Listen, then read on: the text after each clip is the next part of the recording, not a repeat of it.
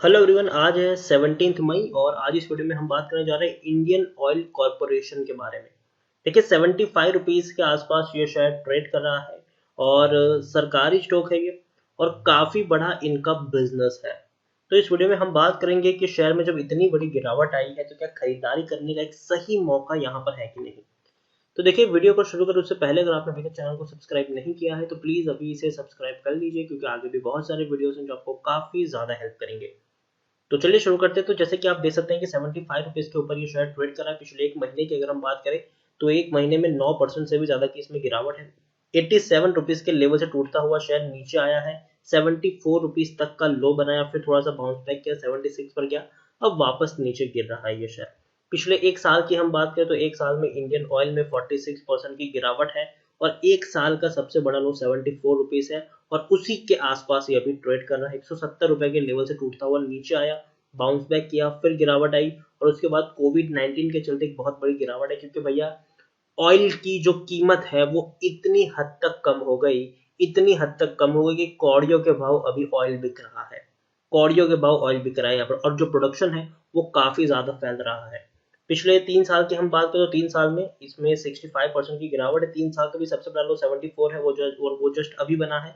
10 साल में Indian oil corporation की मैं बात करूँ तो 2% की गिरावट है। 48 रुपीज तक का लो बना था इससे पहले 2012-2013 के आसपास में। उसके बाद शेयर ने बढ़िया बाउंस बैक किया और शेयर सीधा पहुंच गया 226 रुपए के लेवल पर। अब फिर से यहाँ पर हमें गिरावट देखने को मिली है। इंडियन ऑयल की अगर मैं बात करूँ तो मैं आपको ये शेयर लॉन्ग टर्म के लिए रिकमेंड नहीं करने के लिए कहूंगा कि भैया आप इसको आज खरीद लो और 10 साल के लिए भूल जाओ। जी नहीं, ये वो शेयर है जिसमें गिरावट आने पर आप खरीदारी करोगे और प्रॉफिट होने पर आप इसको बेचकर एग्जिट कर लोगे। इंडियन ऑयल अभी 75 रुपीज के ऊपर ट्रेड कर रहा है तो डेफिनेटली थोड़ा सा अट्रैक्टिव जरूर लग रहा है मुझे, और इसीलिए मैंने ये वीडियो भी बनाया है कि 71, आप देखिए कितना लार्ज कैप स्टॉक है ये। 71,000 करोड़ से भी ज्यादा का इसका मार्केट कैप है। एनएससी में देखिए तो 1.5 करोड़ से भी ज्यादा का वॉल्यूम ट्रेड हमें देखने को मिल रहा है। शेयर होल्डिंग की बात करें तो प्रमोटर के पास 51.50% की होल्डिंग है। और यहाँ पर प्रमोटर कौन है? सरकारी स्टॉक है तो प्रेसिडेंट ऑफ इंडिया यहाँ पर प्रमोटर है और एक भी शेयर उनके द्वारा गिरवी नहीं है। आप देखिए 7.64% की जो होल्डिंग थी पहले एफ की, अब वो 7.19% की होल्डिंग है। एफ ने होल्डिंग गिराई है, म्यूचुअल फंड ने भी गिराई है। जो पहले 6.47% की होल्डिंग थी अब वो 6.06% की होल्डिंग है। इंश्योरेंस कंपनी के पास जो पहले 7.12% की होल्डिंग थी अब वो 7.13% की होल्डिंग देखने को मिल रही है। 28 म्यूचुअल फंड स्कीम ने अपना पैसा लगाया है। 502 एफ यहाँ पर इन्वेस्टेड है। हाईएस्ट पब्लिक शेयर देखिए यहाँ पर कौन है?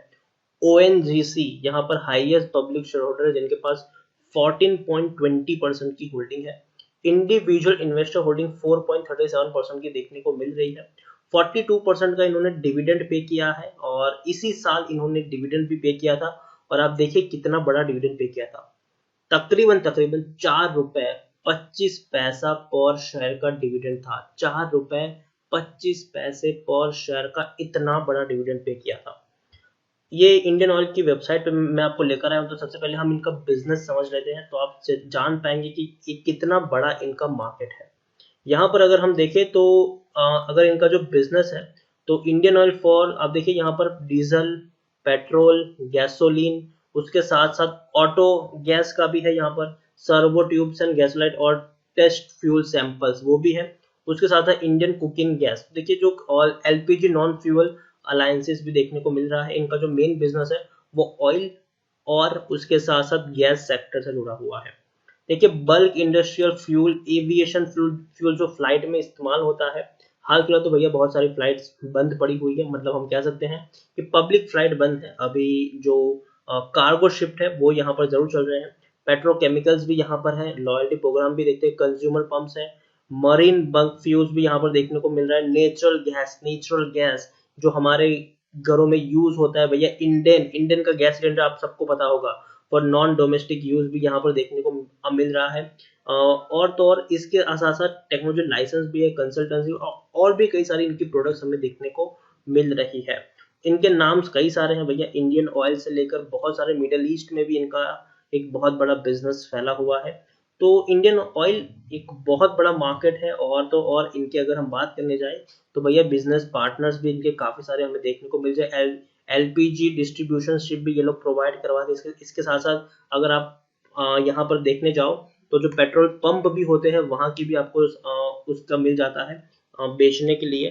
तो ओवरऑल काफी बड़ा इनका नेटवर्क है। और इंडियन ऑयल हर पेट्रोल पंप पे आपने देखा होगा, बहुत सारे पेट्रोल पंप आपने इंडियन ऑयल के देखे होंगे, वहां पे इन्हीं का फ्यूल भी बिकता है। उसके साथ साथ जो इंडियन गैस है वो भी आपको पता होगा। तो देखिए अभी जो गिरावट है उसका सिंपल रीजन ये है कि लॉकडाउन के चलते जो अ, जो ऑयल का जो बिजनेस है वो काफी हद तक अफेक्ट हुआ है इनका।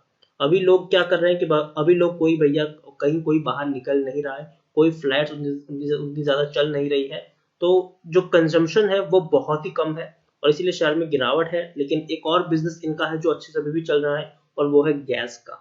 और गैस के बिजनेस पे थोड़ा बहुत पैसा जरूर इनका आ रहा है।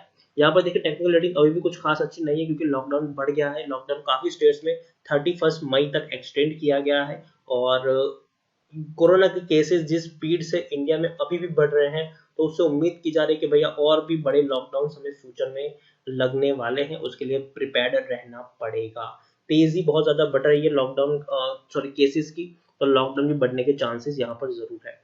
देखिए अगर हम इसके पी को देखें तो काफी कम है, 5.64 है, जबकि इंडस्ट्री पी 18.61 है। तो काफी सस्ता है और डेफिनेटली काफी लोगों को ललचा रहा होगा ये खरीदारी करने के लिए।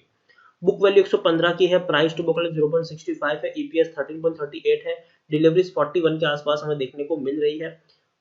और यहाँ पर आप देखिए according to Moneycontrol user 84% लोग खरीदने की सलाह दे रहे हैं, 16% लोग यहाँ पर बेचने की सलाह दे रहे हैं और 0% लोग यहाँ पर होल्ड करने की सलाह यहाँ पर दे रहे हैं। और तो और यहाँ पर देखिए India natural gas demand gradually picking up as corona virus restriction ease.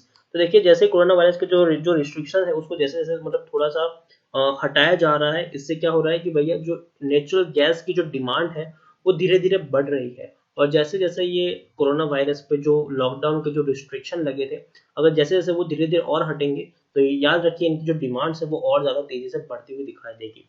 Quarterly result पे अगर हम नजर डालें तो दिसंबर क्वार्टर में 2475 करोड़ से भी ज्यादा का इन्होंने प्रॉफिट कमाया था, मुनाफा कमाया था। सितंबर में 84 करोड़ तक का इन्होंने मुनाफा कमाया था। जून में 3,300 करोड़ तक का प्रॉफिट कमाया था।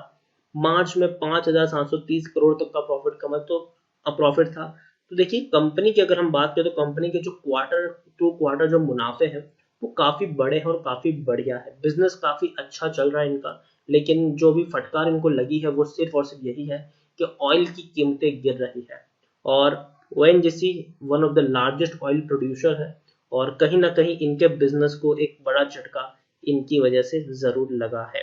यहाँ पर हम अगर बात करें तो मार्च क्वार्टर के नतीजे कब आएंगे, अभी तक इसको लेकर कोई डेट सामने नहीं आई है, लेकिन जैसे ही कोई डेट सामने आ जाएगी जरूर मैं आपको वीडियो के द्वारा इन्फॉर्म कर दूंगा। शेयर होल्डिंग के बारे में हम ऑलरेडी काफी ज्यादा बातचीत कर चुके हैं। तो ओवरऑल मैं यही कहूंगा कि इंडियन ऑयल कॉर्पोरेशन एक बहुत बड़ा पब्लिक मतलब सरकारी शेयर है ये। ऑयल अगर हम बात करें तो भैया ऑयल की मोनोपोली वाला भी ये शेयर है, हालांकि काफी लोग यहाँ पर ऑयल प्रोड्यूसर भी है और कुछ ऑयल डिस्ट्रीब्यूटर्स भी हैं और कुछ ऑयल खरीद। तो देखिए यहाँ पर चीजें ये है कि Indian oil one of the largest company है, अभी एक बहुत बड़ी गिरावट से ये गुजर भी रहा है। तो मैं ये नहीं कह रहा हूँ कि भैया बॉटम इसका बन चुका है, यहाँ से ये बाउंस बैक कर लेगा, लेकिन ये प्राइस मुझे थोड़ा अट्रैक्टिव लग रहा है खरीदारी करने के लिए। तो मैं यही कहूंगा कि देखिए अगर आपने खरीदारी की है तो पैनिक मत रहिए, आप चाहे तो निवेशित रह सकते हैं यहाँ पर। लेकिन अगेन मैं कह दूं, मैं आपको यहाँ पर लॉन्ग टर्म की खरीदारी की सलाह नहीं दे रहा हूँ। जैसे कि कुछ लोग कहते हैं कि भैया अभी खरीद लो 10 साल तक भूल जाओ, जी नहीं।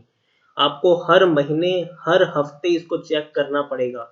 अगर आपको मान लीजिए कि यहाँ से अगर आपको 15-20% का भी प्रॉफिट हो जाता है तो आप बेच कर निकल लो, क्योंकि वापस से ये शेयर नीचे भी आएगा। मुझे लगता है कि 100 रुपए तक ये शेयर जाएगा, लेकिन उसके बाद फिर से ये शेयर थोड़ा नीचे भी आएगा। 100 रुपए मैंने काफी ज्यादा कहा है, 90 रुपए के आसपास ये शेयर जा सकता है, बाद में वापस से ये शेयर नीचे भी आएगा। तो आप यहाँ पर क्या कर सकते हो, गिरावट में खरीदारी करो, प्रॉफिट आने पर बेच के निकल जाओ। यही एक बढ़िया स्ट्रेटेजी यहाँ पर हो सकती है। और फ्रेश बाइंग भी अगर आप करना चाहो जरूर 75 रुपए के आस आप खरीदारी कर सकते हो। लेकिन अगेन मैं कहता हूँ कि SIP मोड में ही खरीदारी करो। आप 75 रुपए अगर आपको 100 शेयर खरीदे तो पहले 20-25 शेयर ही खरीदो। अगर नीचे और जा रहा है तो और थोड़े और शेयर खरीद लो, फिर वेट करो। अगर थोड़ा और नीचे जा रहा है तो थोड़े और शेयर खरीद लो, फिर वेट करो। और यहाँ से मुझे लगता है कि शायद 90 रुपए तक जाने का दमखम रखता है, तो उस हिसाब से आप यहाँ पर खरीदारी और बिकवाली कर सकते हैं। अगेन कह दूं, प्रॉफिट हो जाए तो बेच कर निकल जाइएगा, क्योंकि मैं आपको इंडियन ऑयल को मैं लॉन्ग टर्म के लिए रिकमेंड नहीं कर रहा हूँ। यहाँ पर लॉन्ग टर्म के लिए मैं उसको रिकमेंड नहीं कर रहा हूँ। प्रॉफिट हो तो बेच के निकल भी जाओगे, लेकिन हाँ अभी भी मुझे ये खरीदारी करने का अच्छा मौका यहाँ पर लग रहा है। तो इसी के साथ वीडियो को एंड करूंगा। अगर आपको वीडियो पसंद आया हो तो प्लीज इसे लाइक करें, शेयर करें, चैनल पर पहली बार तो प्लीज सब्सक्राइब करें, और इंडियन ऑयल कॉर्पोरेशन के बारे में आप क्या सोचते हैं वो भी आप मुझे कमेंट में लिख कर बता सकते हैं। Thank you.